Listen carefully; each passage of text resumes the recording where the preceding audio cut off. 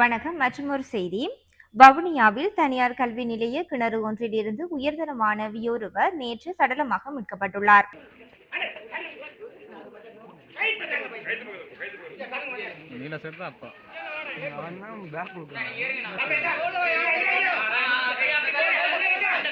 இச்சம்பவம் தொடர்பில் மேலும் தெரிய வருகையில், வவுனியா வைரவ புளியங்குள பகுதியில் உள்ள தனியார் கல்வி நிலையம் ஒன்றில் உயர்தர வர்த்தக பிரிவு மாணவர்களுக்கு காலையில் இருந்து மதியம் 12 மணி வரை வகுப்பு நடைபெற்று வந்துள்ளது.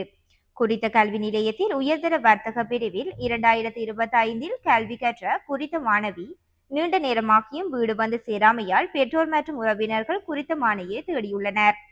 இதன்போது குறித்த மாணவியின் புத்தக பை, துவிச்சக்கர வண்டி என்பன மாணவி கல்வி பயின்ற தனியார் கல்வி நிலையத்தில் காணப்பட்டுள்ளதுடன் இக்கல்வி நிலைய வளாகத்தில் இருந்த கிணற்றின் அருகே மாணவியின் செருப்பு காணப்பட்டுள்ளது. இதனை அடுத்து பெற்றோர் மற்றும் கல்வி நிலைய நிர்வாக அதிகாரிகள் வவுனியா போலீசாருக்கு தெரியப்படுத்துகையில், சம்பவ இடத்திற்கு வந்த போலீசார், மாநகர சபையினர், கிராம அலுவலக, கிராம மக்கள், மாணவர்கள் என பலரும் இணைந்து 40 அடி ஆழ கிணற்றில் தேடுதல் மேற்கொண்ட போது குறித்த மாணவியின் சடலம் மாலை மீட்கப்பட்டுள்ளது.